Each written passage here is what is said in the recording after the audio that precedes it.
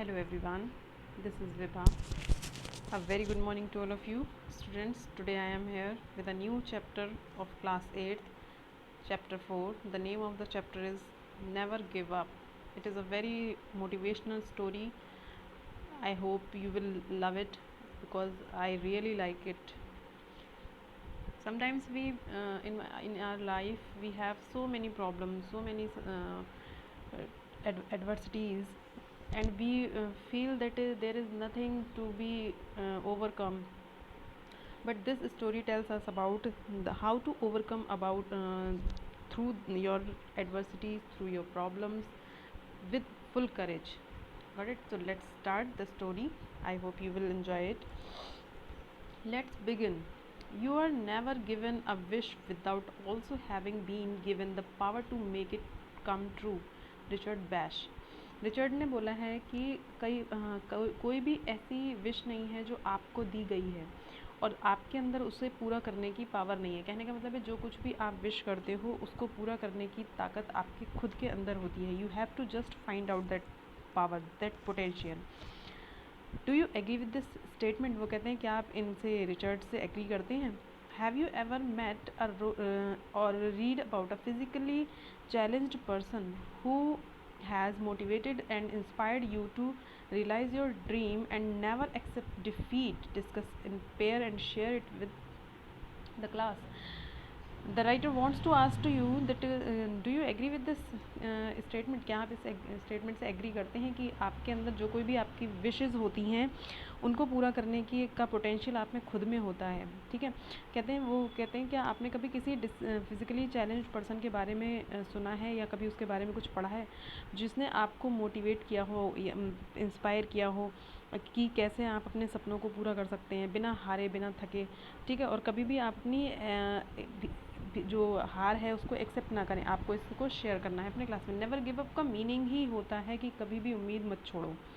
ठीक है। Give up means होता है छोड़ना, नेवर गिव अप मीन्स होता है कभी भी हमारे सामने कोई भी प्रॉब्लम आ जाए तो हमें गिव अप नहीं करना चाहिए, हमें हार नहीं माननी चाहिए। We have to just fight about against it, क्योंकि हर वो प्रॉब्लम, हर वो परेशानी जो यहाँ ईश्वर ने हमें दी है उसका कहीं ना कहीं सॉल्यूशन भी है। So just work on the solution, not stuck on the problem only. So come to the reading section. Reading in comprehension section. Let's read. Read the story of Michael McKillop and Sudha Chandran. यहाँ पर आपके दो character हैं जिनके बारे में story बताई जा रही है। एक है Michael McKillop and Sudha Chandran, who have been an inspiration to all and have proved that the impossible can become possible. ये दो एग्जाम्पल ऐसे हैं जो हमें बहुत ज़्यादा इंस्पायर करते हैं, बहुत ज़्यादा प्रेरणा देते हैं कि कैसे इम्पॉसिबल चीज़ों को पॉसिबल बनाया जा सकता है। When you have a strong will power to achieve your goal, जब आपके अंदर एक बहुत ज़्यादा विल पावर, आपकी बहुत स्ट्रॉन्ग हो, करने की इच्छा बहुत स्ट्रॉन्ग होती है, तो आप कैसे अपने गोल को अचीव यानी कि प्राप्त कर सकते हैं। In this process one might encounter severe setbacks. वो कहते हैं, ऑथर कहता है कि ऐसा करने में, इस प्रोसीजर में आपको बहुत सारे सेटबैक्स यानी कि बहुत सारी असफलताओं को, सेटबैक मीन्स होता है failure, you have to face so many failures but success come to those. लेकिन वो कहता है कि सक्सेस सिर्फ उन्हीं को आती है who turn adversities in the opportunities, overcome their limitations and bounce back with renewed vigour. वो कहते हैं कि लेकिन सबसे मिलते सिर्फ उन्हीं लोगों को है जो अपनी इन एडवर्सिटीज़ यानी कि अपनी इन परेशानियों को अपॉर्चुनिटीज़ में चेंज करते हैं और अपनी लिमिट्स से, प्रॉब्लम उनकी फिजिकली अनफिट होने की वजह से जो लिमिट्स बन जाती, उन लिमिट्स के बाहर आके जो काम करते हैं और अपने हिम्मत से दोबारा से बाउंस अप करते हैं, वही लोग केवल सक्सेसफुल हो पाते हैं लाइफ में। ठीक है। अगर अपनी ही परेशानी को लेकर सिर्फ आप बैठ जाएंगे तो सक्सेस बहुत मुश्किल है मिल पाना। Disability refer to the condition of being physically और मेंटली डिसेबल्ड और चैलेंज्ड। वो कहते हैं डिसेबिलिटी वो चीज़ होती है जिसमें एक ऐसी स्थिति जिसमें आप या तो फिजिकली या फिर मेंटली डिसेबल होते हैं, अयोग्य होते हैं। ठीक है। जिसमें आप या तो शारीरिक रूप से कोई कमज़ोरी होती है आप में या मानसिक रूप से कोई कमज़ोरी होती है, ऐसे लोगों को डिसेबिलिटी की कैटेगरी में रखते हैं। The physically challenged are those who are crippled.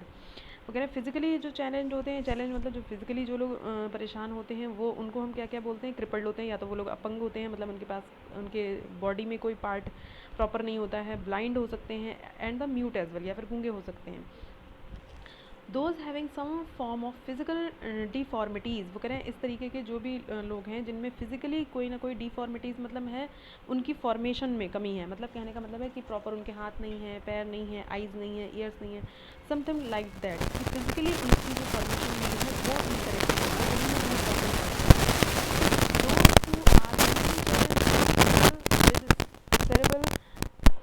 Palsy and Down syndrome among others, वो कह रहे हैं जो, और जो लोग मेंटली चैलेंज होते हैं या मेंटली जो लोग डिसेबल कहलाए जाते हैं वो लोग कौन होते हैं, उनमें या तो आपके नर्वस सिस्टम यानी कि आपके ब्रेन में कोई प्रॉब्लम होती है, या उनको मतलब जैसे जिसको बोलते हैं लकवा पालसी, जो उसी को बोला है। डाउन सिंड्रोम मीन्स होता है जिसमें जिनका मतलब मानसिक रूप से कम विकास हो पाता है, ठीक है, उनको डाउन सिंड्रोम बोलते हैं। चैलेंज का मीनिंग आप यहाँ पर देख सकते हो, चैलेंज यहाँ पर चुनौती से ज़्यादा कुछ और है।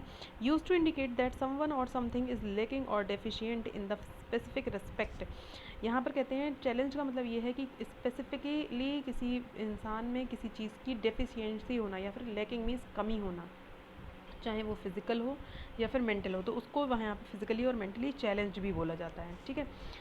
यहाँ पर वो कहते हैं कि there are thousands of people who are physically और मेंटली चैलेंज, वो कह रहे हैं यहाँ पर हम अपने आसपास देखते हैं कि हज़ारों की संख्या में ऐसे लोग हैं जो फिजिकली या फिर मेंटली चैलेंज्ड हैं, but have contributed tremendously to organisation to the organisation they are attached to, वो कह रहे हैं लेकिन फिर भी हम ये देखते हैं कि वो लोग उन लोगों ने उन ऑर्गेनाइजेशंस के लिए बहुत ज़्यादा कंट्रीब्यूट किया है जिनसे वो जुड़े हुए हैं, जबकि वो फिजिकली या मेंटली डिसेबल्ड हैं। It is through author says that it is through their sheer hard work, willpower, and determination that many run their own shops, restaurants, handicraft centers, and have become teachers and professionals. वो कहते हैं कि उनमें से कुछ लोग ऐसे हैं जिन्होंने अपनी कड़ी मेहनत, अपनी विल पावर, अपनी दृढ़ इच्छा शक्ति से, बहुत सारे लोग ऐसे हैं जो लोग अपनी खुद की शॉप्स चला रहे हैं, रेस्टोरेंट्स चला रहे हैं, या फिर हैंडीक्राफ्ट सेंटर खोल रखे हैं उन लोगों ने जहाँ पर वो बैठे बैठे कोई काम कर सकते हैं, वो टीचर्स हो गए या फिर और दूसरे प्रोफेशंस में भी आ चुके हैं। कहने का मतलब है उन्होंने अपनी उस परेशानी, उस कमी को कभी भी अपने ऊपर हावी नहीं होने दिया, बल्कि उससे ओवरकम करके उन्होंने अपना एक अलग मुकाम हासिल किया है, ठीक है। तो ऐसे लोग बहुत से एग्जाम्पल्स हैं हमारे साथ में। वो कहते हैं some have even become successful sports person participating in Paralympic games and winning medals, वो कह रहे हैं, और उनमें से बहुत से ऐसे हैं जिन्होंने पैरालंपिक्स मीन्स होता है वो लोग होते हैं जो फिजिकली अनफिट होते हैं, उनके लिए अलग से एथलीट्स के लिए गेम्स कराए जाते हैं, उनको पैरालंपिक्स गेम्स बोला जाता है। जो लोग उन लोगों ने वहाँ पर बहुत बड़े बड़े स्पोर्ट्समैन बने हैं, उन्होंने वहाँ पर बहुत सारे मेडल्स भी जीते हैं। It is a folly to think that only physically abled people can make one's country and nation proud. वो कहता है फॉली मीन्स होता है फुलिशनेस, वो कि ये कहना बिल्कुल ही मूर्खतापूर्ण होगा कि केवल जो लोग फिजिकली फिट होते हैं वही लोग अपने नेशन का नाम कर सकते हैं या अपने देश को कुछ प्राउड फील करा सकते हैं। कुछ ऐसे चैलेंज लोग भी हैं जिन्होंने फिजिकली अनफिट होते हुए भी अपनी कंट्री का नाम बहुत रोशन किया है। यहाँ पर अभी वो आपको एक एग्जाम्पल देंगे, who is the one person that one such example is Michael मैकलोप। वो कहते हैं यहाँ पर हमारे सामने एक ऐसी तरीके का एक एग्जाम्पल है माइकल मैकलोप, अब बेलफास्ट रनर, जो कि बेलफास्ट रनर बने हैं, अपनी कंट्री के लिए उन्होंने रनिंग की है। Who has used sports to overcome the life limiting illness, उनको एक ऐसी बीमारी थी, लाइफ लिमिटेड में का मतलब होता है कि जो शायद उनकी जीवन के साथ ही जाती। कहने का मतलब ये है कि इनको एक ऐसी बीमारी थी जो लोगों ने इतना मान लिया था कि शायद जब तक ये जीवित रहेंगे तब तक इनके साथ वो बीमारी रहेगी, लेकिन फिर भी उन्होंने उससे ओवरकम करके उसको हरा के पीछे छोड़ के अपना नाम बनाया। Michael celebrated his 21st birthday by setting two world record and winning a gold medal at the World Paralympic Championship in Christchurch, New Zealand, despite battling cerebral palsy। वो कहते हैं कि जो माइकल हैं उन्होंने 21st बर्थडे पर अपने जब तक वो मतलब केवल 21 साल के हुए थे तब तक उन्होंने वर्ल्ड रिकॉर्ड जीत चुके थे, वो गोल्ड मेडल जीत चुके थे और दुनिया की पैरालंपिक चैम्पियनशिप में अपना नाम किया था। न्यूजीलैंड की तरफ से वो खेलते थे, ठीक है। जबकि उस समय उनको क्या था, he was just struggling with the cerebral palsy, यानी कि उनको एक फालिस का अटैक पड़ चुका था, जिसको बोलते हैं जिससे आपका बॉडी का हाफ पार्ट जो है वो इनएक्टिव हो जाता है, वर्क करने में मतलब ईजी नहीं होता उसके लिए। उस के बाद भी उन्होंने पैरालंपिक्स में पार्टिसिपेट किया, 2 टाइम्स वो उन्होंने मेडल्स भी जीते हैं, गोल्ड मेडल भी जीता है just at the age of 21. It is a very young age, still being cerebrally disabled. He won the medals. Michael's father spoke to the Belfast Telegraph and said his son's world has always revolved around sports. वो कहते हैं, Michael के जो father हैं वो बताते हैं कि एक न्यूज़ के थ्रू कि उसकी जो माइकल है, जो उसकी जो लाइफ है वो सिर्फ स्पोर्ट्स के चारों तरफ ही घूमती है. क्यों? Diagnosed with several palsy at 22nd months. वो कह रहे हैं कि जब उसको डायग्नोज किया गया तो उसको जो ये जो मानसिक जो पाल्सी की जो प्रॉब्लम है वो उसको 22nd मंथ का था, वो तभी से है. The family had decided that sports was a good way to improve his motor skills. Motor skills class वो होती हैं जिसमें हम अपनी बॉडी के पार्ट्स को मूव करते हैं. बट अदरवाइज़ अगर आपकी बॉडी में या ब्रेन में कहीं कोई प्रॉब्लम है तो आप अपने बॉडी पार्ट्स को प्रॉपरली मूव नहीं कर सकते, मतलब उनका मूवमेंट जो है वो प्रॉपर नहीं होता है. कहते हैं ना, मेंटली रिटार्डेड जो बच्चे होते हैं उनको, जिनके जो मेंटली वीक होते हैं, उनके हाथ बिल्कुल ढीले होते हैं, पैर अच्छे से नहीं पड़ते, वो चलते हैं लेकिन लड़खड़ाते से रहते हैं. तो इस तरीके की ये जो मोटर स्किल्स होती हैं जिसमें आपकी बॉडी का मूवमेंट आता है, because brain control all the body parts, all the our parts. So if the brain is not working properly, then your body parts will also not working properly. तो वही था, वो कहते हैं कि उन्हें ये लगता था कि अगर ये इसको हम स्पोर्ट्स में के लिए मोटिवेट करें तो शायद ये कहीं बहुत ज़्यादा इसकी मोटर स्किल्स जो हैं वो डेवलप होंगी और ये ग्रो कर पाएंगे. देखते हैं, let's see. Physiotherapy is must for Michael. फिर उसकी जो है डेली फिजियोथेरेपी कराई जाती थी. कहने का मतलब है physiotherapy is a therapy which is given to the person whose body parts are not working properly. यहाँ पर एक क्लास, यहाँ पर उन्होंने साइड में आपको एक सेक्शन दिया हुआ है. Cerebrum palsy is caused by the damage to the motor control centre to the of the developing brain and can occur during childbirth or after birth up to the about age of 3. Cerebral palsy जो है वो कह रहे हैं कि इसका cause जो होता है वो ब्रेन में आपकी जो मोटर कंट्रोल सेंटर होता है उसकी डेवलपिंग कम होती है. ये बर्थ से भी हो सकता है या फिर 3 साल की उम्र में आते आते भी हो जाता है. Limits in movements and posture and often accompanied the disturbance of sensation, depth, perception and other sight-based perceptual problems, communication ability and some else even intellect. वो कहते हैं कि इसमें क्या होता है कि आपके मूवमेंट्स में कुछ लिमिट्स हो जाती है. आप बस इतना ही हाथ ऊपर कर सकते हो, इतना ही पैर मूव कर सकते हो, ठीक है. या फिर आपके पोस्चर जो है वो डिस्टर्बिंग रहते हैं, सेंसेशन उसमें नहीं होती बहुत प्रॉपरली, तो इससे कम्युनिकेशन में भी आपकी कमी आ सकती है या फिर आप में इंटेलेक्ट मतलब समझदारी में कोई कमी आ सकती है. तो इस तरीके की प्रॉब्लम्स फेस करनी पड़ती हैं लोगों को. As part of his exercise to use his two hands. वो कह रहे हैं कि उसका जो दोनों हाथ थे उसको एक्सरसाइज के लिए हम इसमें यूज़ करते थे. Michael was given every shot of football. Michael को हर तरीके की बॉल दी गई थी. Cricket ball, wait a minute, Michael को वो कहते हैं कि हर तरीके की बॉल दी गई थी. क्रिकेट बॉल थी, हर्लिंग बॉल थी, tennis ball, any ball and racket of every kind so that his hand and right side can be improved. So sport is a big part of our life said Michael's father. Michael के father ने कहा कि हमने उसको तरह तरह की balls ला के दी थी ताकि उसके हैंड्स में मूवमेंट आए, ठीक है. उसको रैकेट्स ला कर दिए थे डिफरेंट डिफरेंट टाइप्स की ताकि उसकी जो मोटर स्किल है और उसका जो राइट साइड जो कि पैरालाइज्ड हो गया था ब्रेन सेरेब्रल पाल्सी की वजह से वो वर्क में आ पाए, ठीक है. तो वो कहता है, माइकल के फादर कहते हैं कि उसके साथ साथ, बेटे के साथ साथ हम लोगों की भी ज़िंदगी का हिस्सा बन चुका था स्पोर्ट्स, क्योंकि हम उसको एक्टिव रखने के लिए हम उसके साथ हमेशा किसी न किसी गेम में इन्वॉल्व रहा करते थे. Michael's McKillop's family were never the type of the family who has cushioned him. Michael की जो फैमिली थी उसने कभी भी उसको माइकल को कुशन्ड अप नहीं किया. मतलब कहने का मतलब है उसको ये नहीं किया कि बहुत पैम्पर्ड करना है कि तुम बीमार हो, तुम्हें ये प्रॉब्लम है, तुम्हें बहुत केयर से रखना है, बल्कि उसको मोटिवेट किया कि तुम भी नॉर्मल लोगों के साथ की तरह काम कर सकते हो. और उसको हमेशा स्पोर्ट्स के लिए मोटिवेट किया और उसमें उनका सपोर्ट किया, ठीक है. बिकॉज ऑफ हिज कंडीशन, क्योंकि उसकी जो कंडीशन थी, अगर उसमें वो उसको सब प्यार और मतलब सिंपैथी दिखाते रहते ना, तो वो वीक हो जाता। Instead they had used sport to help him overcome his disability, बल्कि वो उसको सपोर्ट करते थे कि तुम गेम खेलो, तुम्हारी ये जो डिसेबिलिटी, जो तुम्हारी अयोग्यता है, इसमें तुम इससे बाहर निकल सकते हो, ठीक है, तुम इससे कहीं ज़्यादा अच्छा कर सकते हो।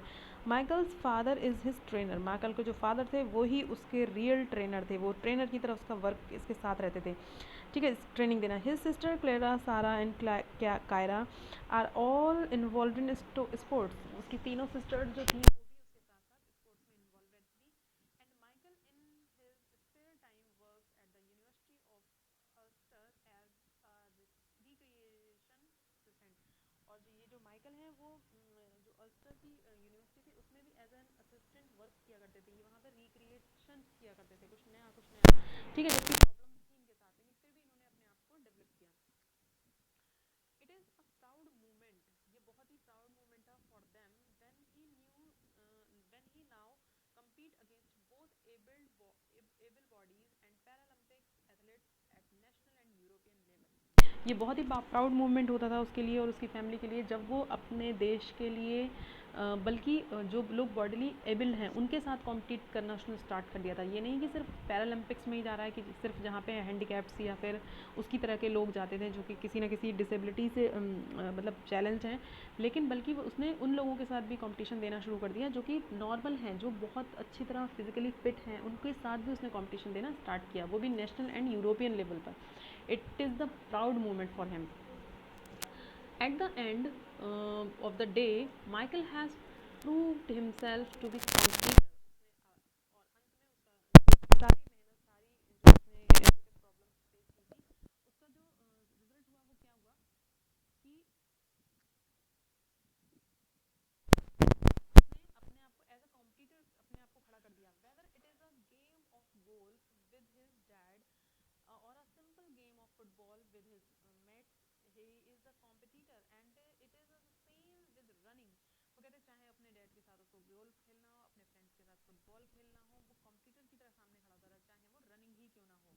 Whether Paralympics and able bodies he always wants to come first, वो हमेशा कोशिश करता था, चाहे वो पैरालंपिक्स में खेले या फिर एबल बॉडीज लोगों के साथ में खेले, वो हमेशा फर्स्ट आना चाहता था। Bring physically challenge doesn't debtor him, उसका ये जो फिजिकली कमज़ोर होना था उसने कभी भी उसको रोका नहीं, वो मतलब उसको कभी भी रोक नहीं पाया, he it can never stop him.